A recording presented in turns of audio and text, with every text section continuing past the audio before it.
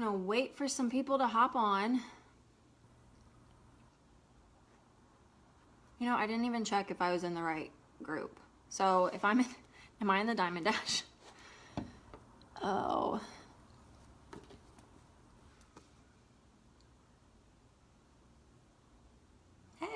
Hey, Brittany. Okay, I guess I am the right one then. So I'm actually super excited to be talking about this one today because, and for those of you who don't know what I'm talking about changing your business into just that, a business, not necessarily just the before and after pictures and the boot campers and all of that. Because I feel like I got a little bit of a slow start when it came to expressing what coaching has done for me. And within the last few months, I've really altered how I even talk about it on social media. And for those of you who don't know me, I am Taylor Cardenas. I am Emily Favre's personally sponsored coach.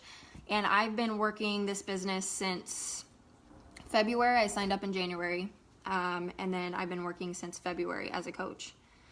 So just to dive in, like I said, I was a slow starter. I didn't think that anybody found value in the small wins of coaching, and they only wanted the big, I bought a new car or I pay my mortgage. And so I was very quick to not do that in the beginning. I thought that it wouldn't be of value to them or that they wouldn't think that there's much potential with it.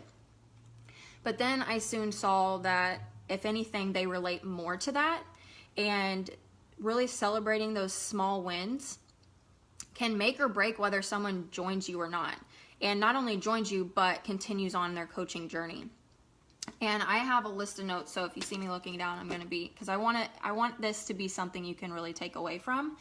But what I did was always showed my before and after pictures. I always talked about my boot camps. I always pushed my boot camps through my social media. I did my transformation pictures.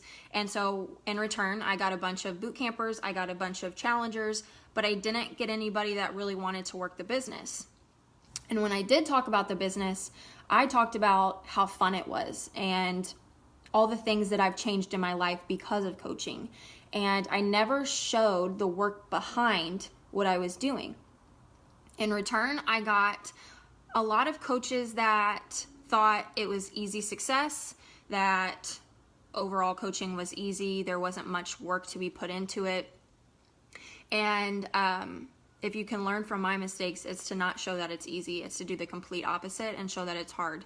But I ended up having, within this year, 3 diamonds pop 3 different times, but 3 diamonds get to diamond and then decide this isn't for them, and decide that it's really hard to maintain, and that you don't just get to diamond and then all is well and you're making a ton of money and you're able to support your family with it.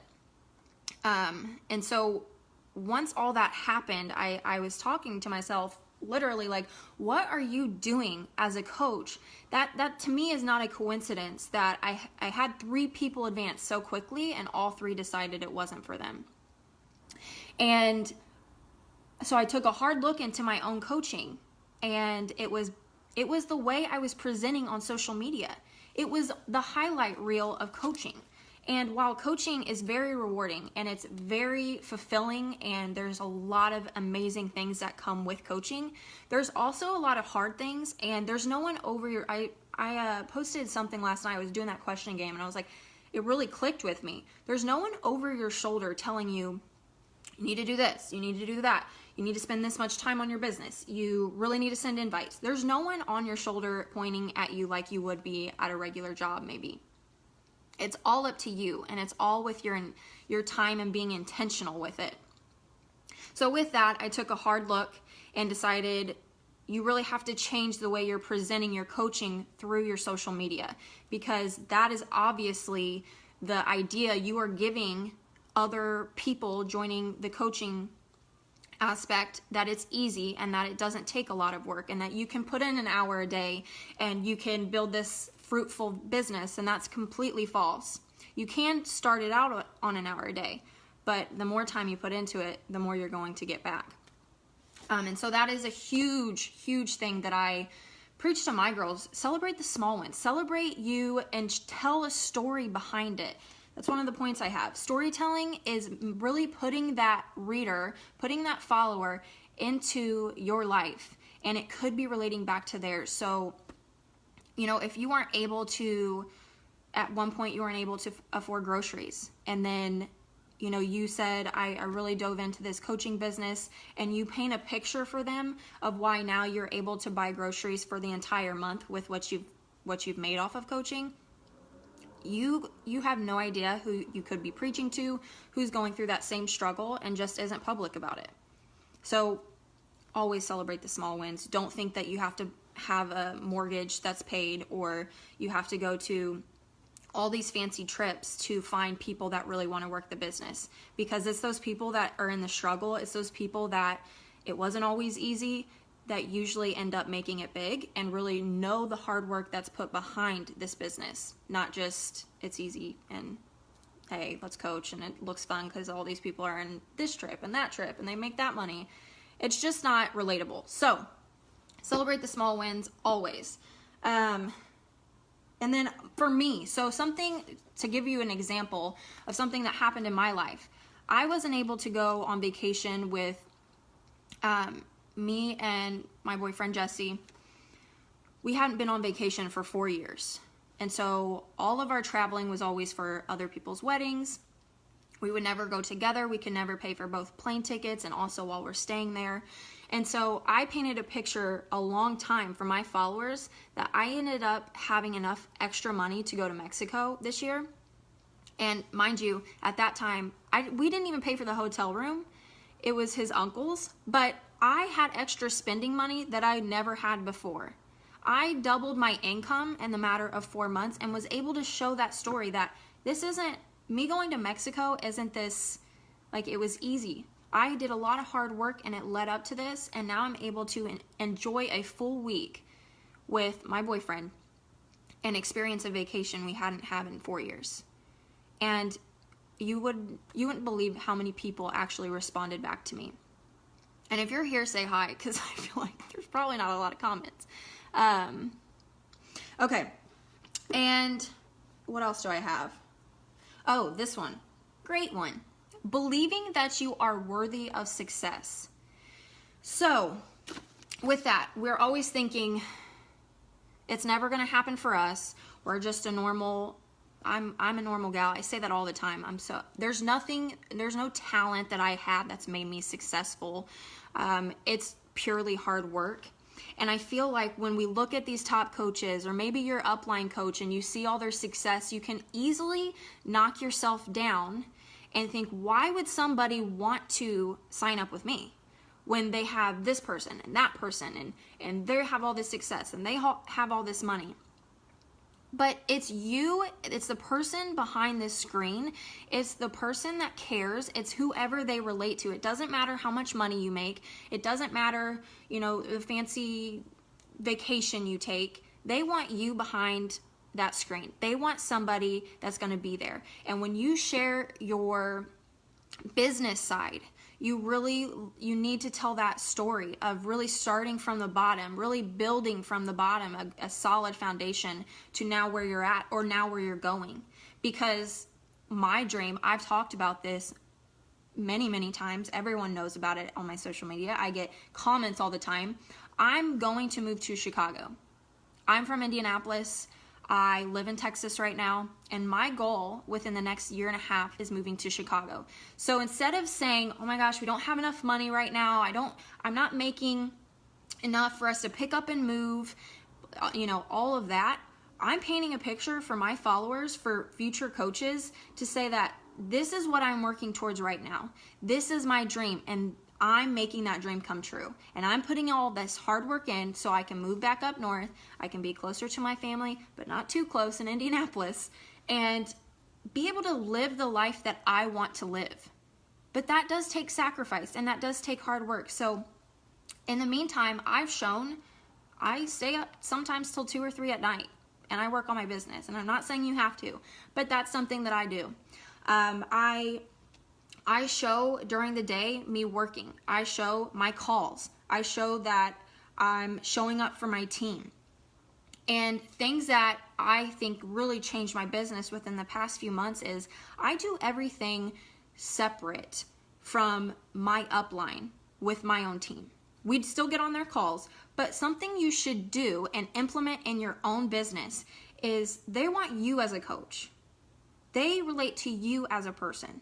So they didn't sign up with Emily. They didn't sign up with whoever is your upline. They signed up with me. And so my team calls are held with my team only.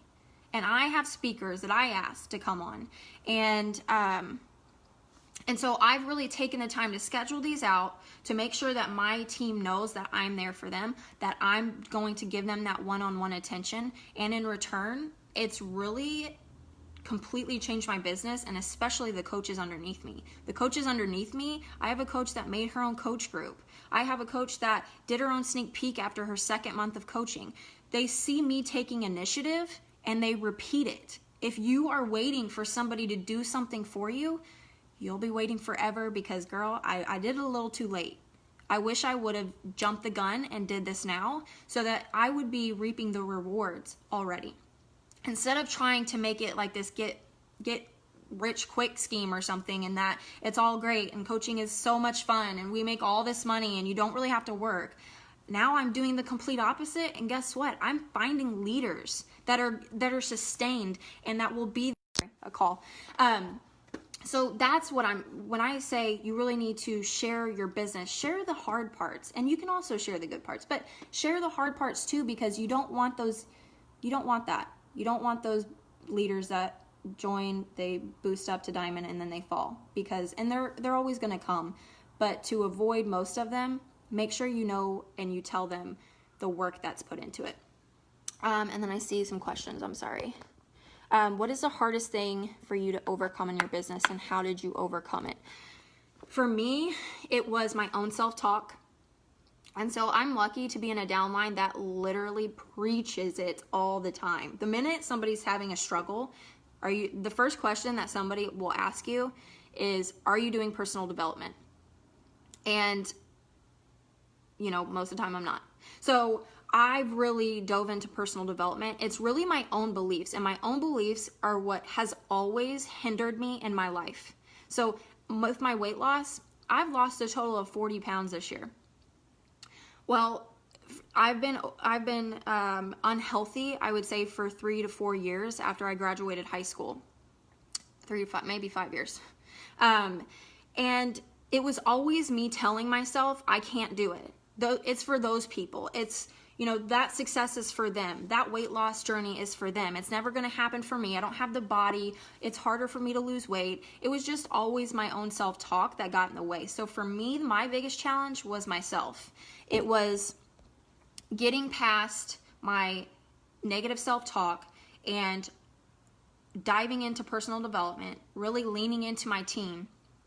And, if you are struggling, ask them maybe in your own business, ask them what you feel like you could improve on, or somebody from the outside. But never doubt yourself, and never tell yourself that you can't be successful, you can't lose weight, you can't be somebody, top coach in this business, because no one else is thinking that. That's only you.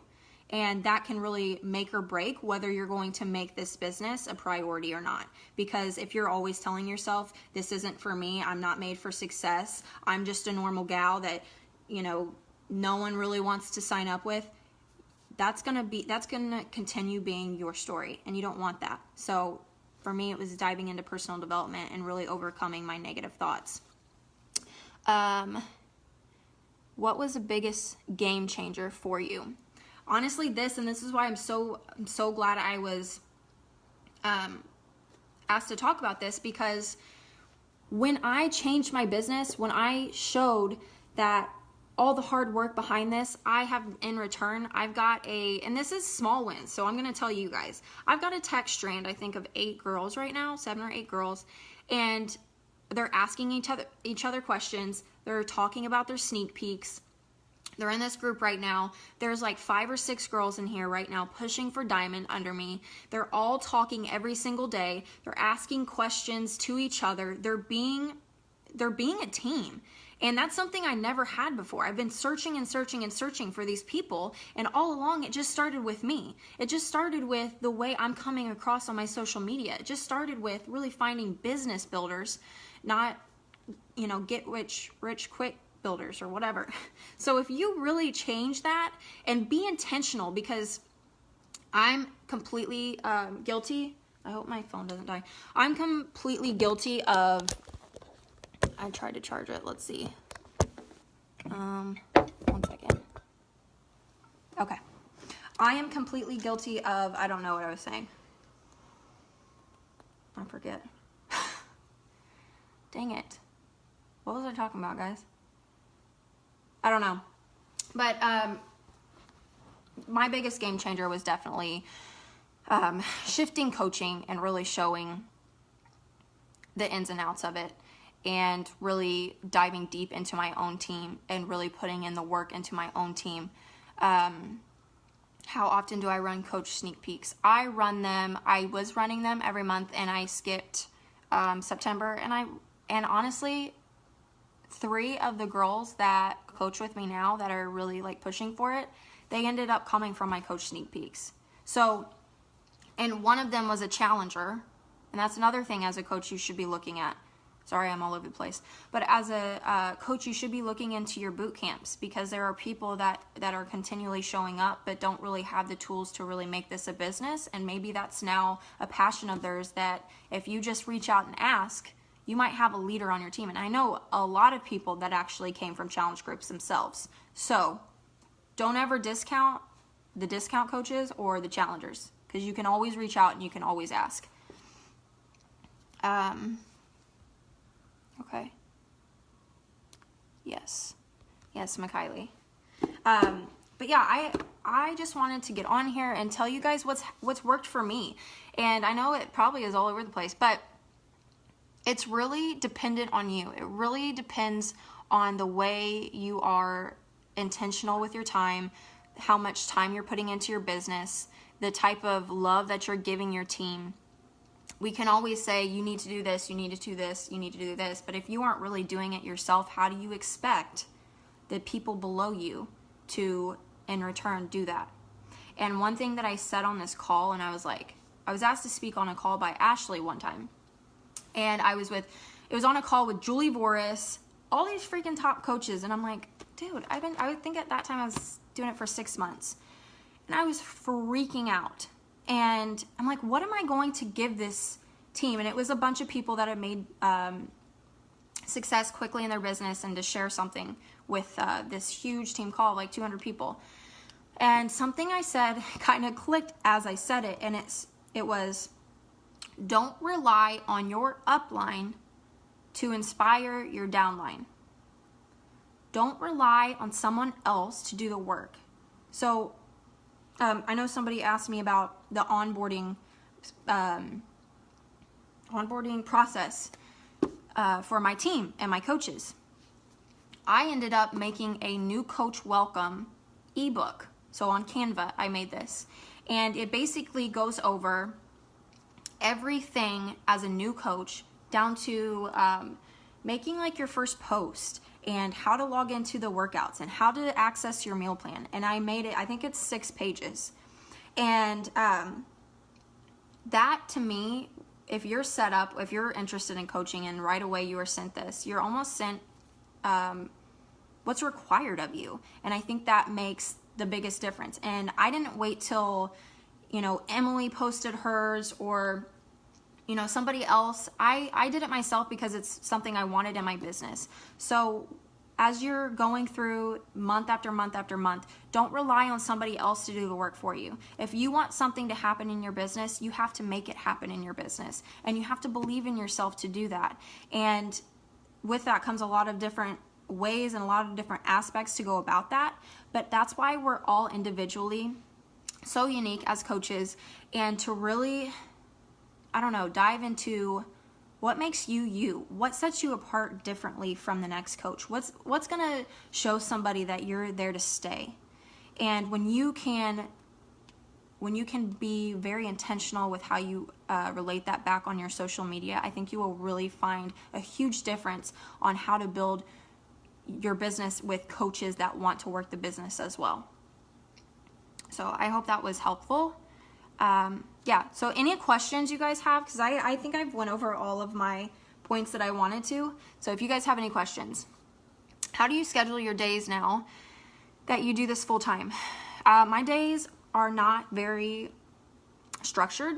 I don't have kids. I have a dog. She's a kid. But I wake up and I'm one of the, what are they, night owls? I stay up sometimes till 2 or 3 in the morning working on my business. So sending invites, things like that. So most of my time in the mornings is based around me. So other than checking into my challengers, other than checking into my coaches or responding to any emails, I really work out. I do some personal development.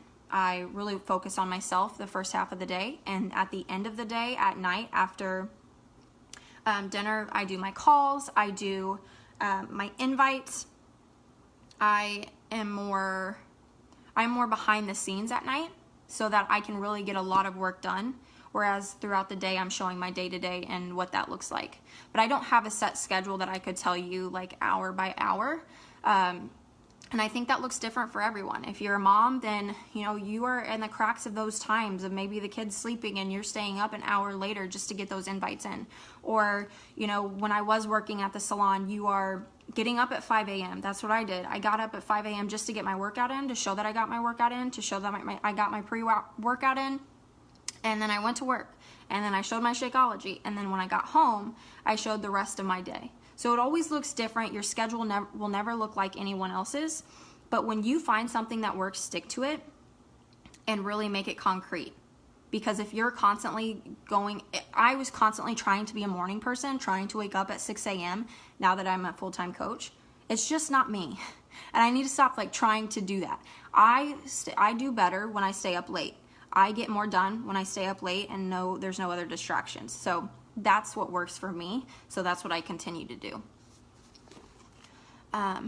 Great idea to keep the invites in at night. First thing people see in the morning. Yeah, I get a lot of, so I wake up every day and get, you know, whether they want to be a part of it or not through my invite. And then throughout the day, I will respond, but it's not the first thing I do in the morning. So that's what works for me. Is there any other questions? I wanted to make sure I got to everything on this video.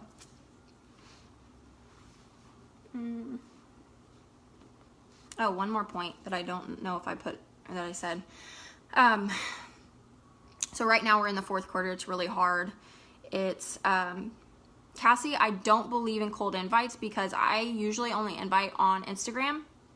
Unless somebody reaches out to me through my comments on Facebook, then I will follow up.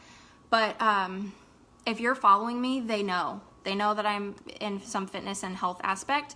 And I actually, to this day, have never had somebody be, through Instagram, we'll say that, be offended in any way that I'm asking them to start a healthier lifestyle. And the way I go about that is I go through the people that watch my stories and like my stuff. And after that, I'll go through the people that follow me and I will invite them. But I don't think that there's a cold invite if they're following you. It's like a choice. Whether you're on Facebook, then it's like you're kind of having to be friends, right? One person adds it, and then you see both of their stuff. Do you use Facebook for your challenge groups? Or I use Facebook for my challenge groups. And I found something that works for me, and it's having an ongoing group. It's not having a new group every month when I'm doing my new boot camps. I feel that adding new people, adding new blood into the group every single time has changed my challenge groups, and there's always people that are excited, whereas the other people, it happens with every challenge group, they get bored sometimes and they don't post as much as they did in the beginning. But always having those new challenge groups, setting them up for success into the huge group that I have, it works really well for me. Are your invites for to coaching and the challenge group, or just one or the other? I invite to coaching, but I'm very particular with who I invite for coaching. I always offer the discount coach option for every single person that I talk to. Every single time, and most people pick discount coaches, the discount coach option. But I do follow people, and I do see if I feel like they have potential in the business, then I will invite them to coaching specifically, rather than most of the time my invites are to a boot camp. You invite them from the get-go or get into a deep conversation first. I don't small talk in real life, and so I'm really big on, if that's not what you would do in real life, if you would go up to a stranger and you'd be like, hey, how's the weather, and that's your thing, totally cool. That's going to come across, and that's going to be genuine to the next person. I'm not like that. So anytime that I am talking to somebody, it's very straightforward. So I'm asking you, and it's not like abrupt or anything, but I'm telling them what this boot camp has done for me starting in January, how it's changed my life, and it's a community that's really supported me through all this. And then I ask at the end if that would be something they'd be interested in. But I don't lead up into a conversation unless they were to reach out to me, and then I would continue that.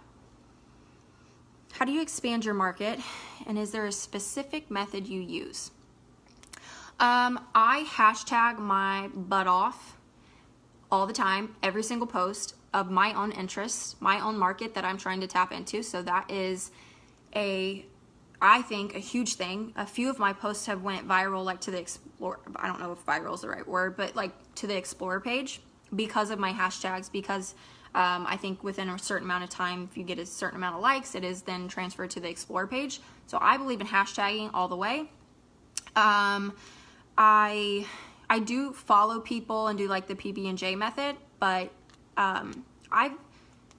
honestly, it's really hashtags and continually posting every single day. That would probably be the biggest part of why I've grown my following. What is something you do to, oh, that's something I already talked about. Okay, well, do you guys have any more questions? If not, I will let you guys go. I hope this was helpful, but I will wait a minute.